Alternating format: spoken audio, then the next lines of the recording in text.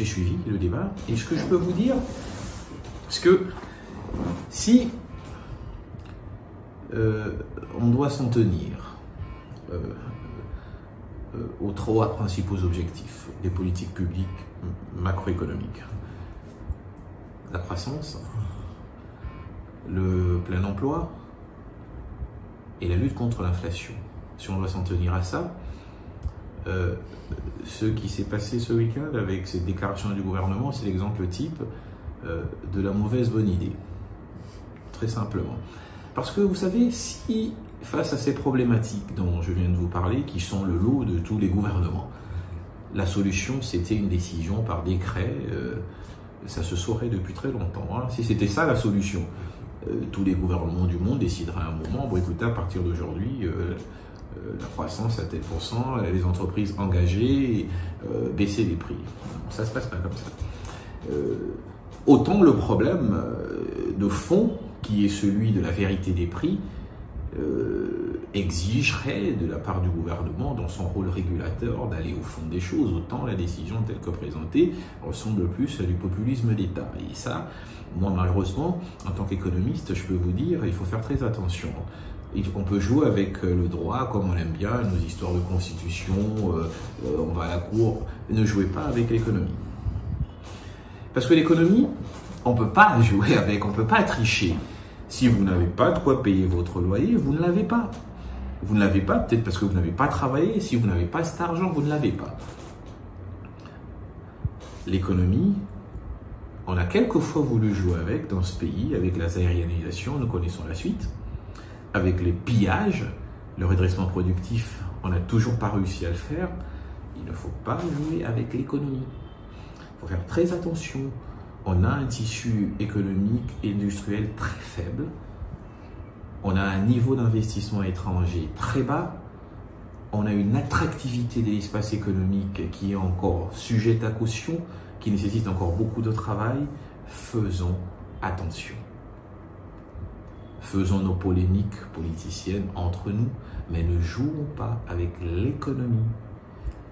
En l'occurrence, maintenant si nous allons sur le sujet de fond, il y a un problème, moi je suis bien placé pour me dire que la structure du marché des importations des produits de première nécessité, c'est une espèce de structure oligopolistique, composée de quelques majors qui ont depuis très longtemps adopté, si vous voulez, et ça c'est a priori, hein, ensuite il faut pouvoir défendre ça, des collusions néfastes à la vérité des prix. Et de l'autre côté, vous avez un État qui est incarné là par un ministère dit de l'économie qui n'a d'économie que le nom. Parce que le ministère de l'économie, à la tête, vous avez un monsieur qu'on nomme, il est ministre de l'économie, mais en bas, il n'y a rien du tout. Il n'y a rien du tout. C'est ça le problème de fond. Et qui ont déjà adopté, pour l'essentiel, des attitudes de collusion. Fixation des prix, ils se sont arrangés entre eux et ils gèrent tout le marché. C'est 2 345 000 km², c'est près de 10% du PIB. Le secteur des importations des produits de première nécessité, c'est des centaines et centaines de millions par mois en termes de turnover. Et de l'autre côté, vous avez l'agent de régulation qui est un ministre, qui gère un ministère et qui n'a rien en dessous. Parce que nous n'avons pas de direction générale du contrôle des prix et de la concurrence comme dans les autres nations. Ça veut dire une véritable administration avec des inspecteurs ayant les moyens de leur politique à Kinshasa, à Lubumbashi, à Kisangani, capables de s'autofinancer par des amendes transactionnelles, une vraie administration solide comme ça existe dans les autres. Ça n'existe pas. On a une direction dans un couloir obscur du ministère avec quelques inspecteurs et ils ne sont pas à la dimension de la problématique. Même en termes de suivi et de régulation, même admettons raisonnons par l'absurde, ok, on veut que ces prix soient appliqués. Vous les imposez comment? Dans un pays de 2 345 000 km² sans une administration. Admettons même que ce soit ça, je dis on raisonne par l'absurde parce que moi je trouve que c'est pas une décision qui se prend. Vous voyez, déjà de ce point de vue-là, il y a un problème. Ensuite, nous allons sur le fond du problème maintenant. Qu'est-ce que nous voulons? Nous voulons que le marché intérieur soit achalandé en permanence avec un niveau quantitatif de produits qui permettent aux Congolais d'y avoir accès, mais aussi à un niveau de prix qui soit en lien avec la vérité des prix. Ça veut dire l'offre qui affronte la demande. On veut arriver à cela. On considère que ce qui se fait actuellement, il y a une surfacturation. Puisque, du point de vue légal, il y a une loi qui parle de la libre administration des prix. Puisque, à l'international, nous sommes partie prenante du droit uniforme de l'OHADA. Il ne faut pas oublier tous ces aspects. Donc, tout ce que nous prenons comme décision à l'interne est attaquable aussi bien en interne qu'en externe. J'ai vu qu'on a publié une partie de la loi où on semble donner un pouvoir particulier au ministre en cas de situation particulière, mais ici c'est pas une situation particulière, c'est juste une situation de maîtrise de la concurrence et du prix réel. Donc on n'est pas dans ce cas de figure, parce que de toute façon, si ces gens n'achètent pas ces produits, ils n'existent pas. Ils ne s'approvisionnent pas auprès d'une centrale publique, ils s'approvisionnent à l'étranger. Et ils amènent ces produits ici, ils prennent le risque, ils investissent. Maintenant, on a posé la problématique, vous avez bien compris que je ne suis pas pour la mesure gouvernementale. C'est quoi la solution pratique? La solution pratique, à mon avis, c'est avoir sur le court, moyen terme et sur le long terme. Moi, je suis pour un État, dans ce type de circonstances et de façon conjoncturelle, qui s'introduirait dans le marché, pour y apporter ce qu'on appelle techniquement, par les quantités, une concurrence à la Cournot, et par les prix, une concurrence à la Bertrand. Ça veut dire, de mon point de vue, l'État devrait constituer une société, parce qu'il y a un problème factuel, et qui a pris du temps, face à un groupe qui est solide, qui peut déstabiliser le circuit économique et financier. Ça veut dire votre bonne idée devenir une très mauvaise parce qu'il y aura rareté des biens, inflation et des situations qu'on ne pourra plus gérer après. L'État peut créer une société de distribution et d'importation, d'économie mixte. Grande partie du financement, c'est l'État, une autre partie, elle appelle aux contributions des Congolais, qui prendraient des participations. Les fonds existent à travers certaines capacités de la Banque centrale. Je n'entre pas dans les détails, parce que ça pourrait devenir des secrets de délibération auxquels on a assisté. Mais il y a des fonds qui existent et qui pourraient servir à cela avec un turnover rapide.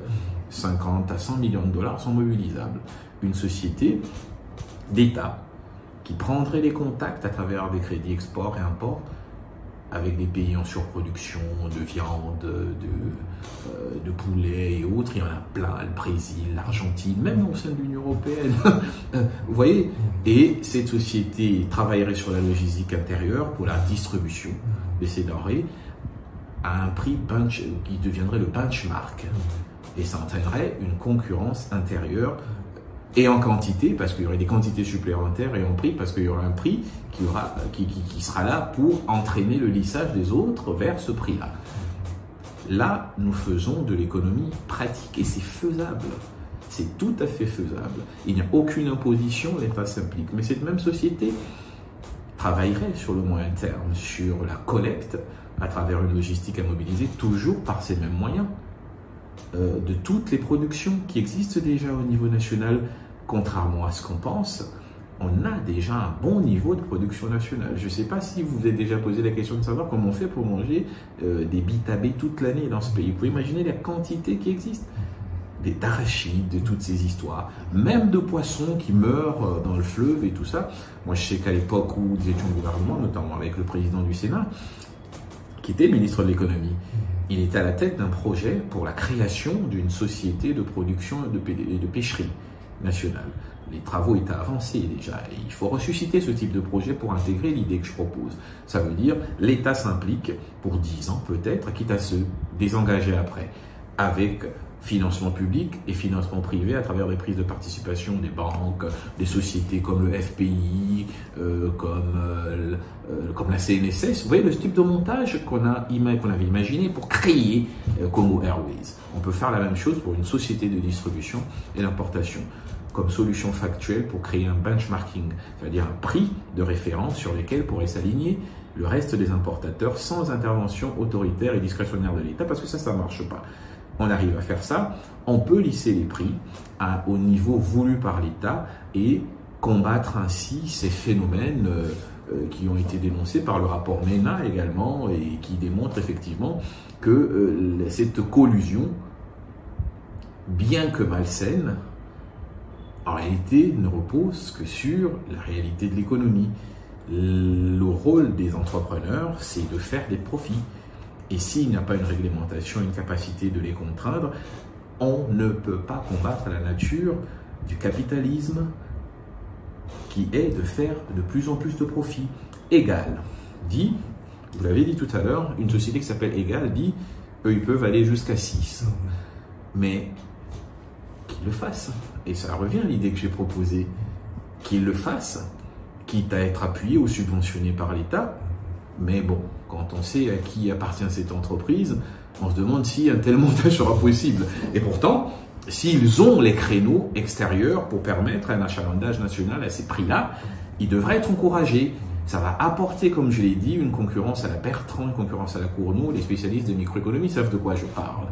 Et c'est la meilleure manière de réguler et de régler ce type de problème.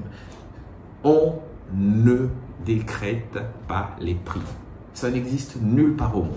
C'est inopérant, c'est du populisme d'État et ça ne sert strictement à rien parce que le retour de bâton sur ce type de sujet peut être catastrophique sur le bilan du gouvernement et du président de la République. Il ne faut pas rigoler avec les questions économiques. Le problème, on le connaît. Il est structurel parce que ça fait des dizaines et des dizaines d'années que après les pillages, on n'a pas su reconstituer notre tissu industriel parce qu'il faut aller à l'origine en réalité.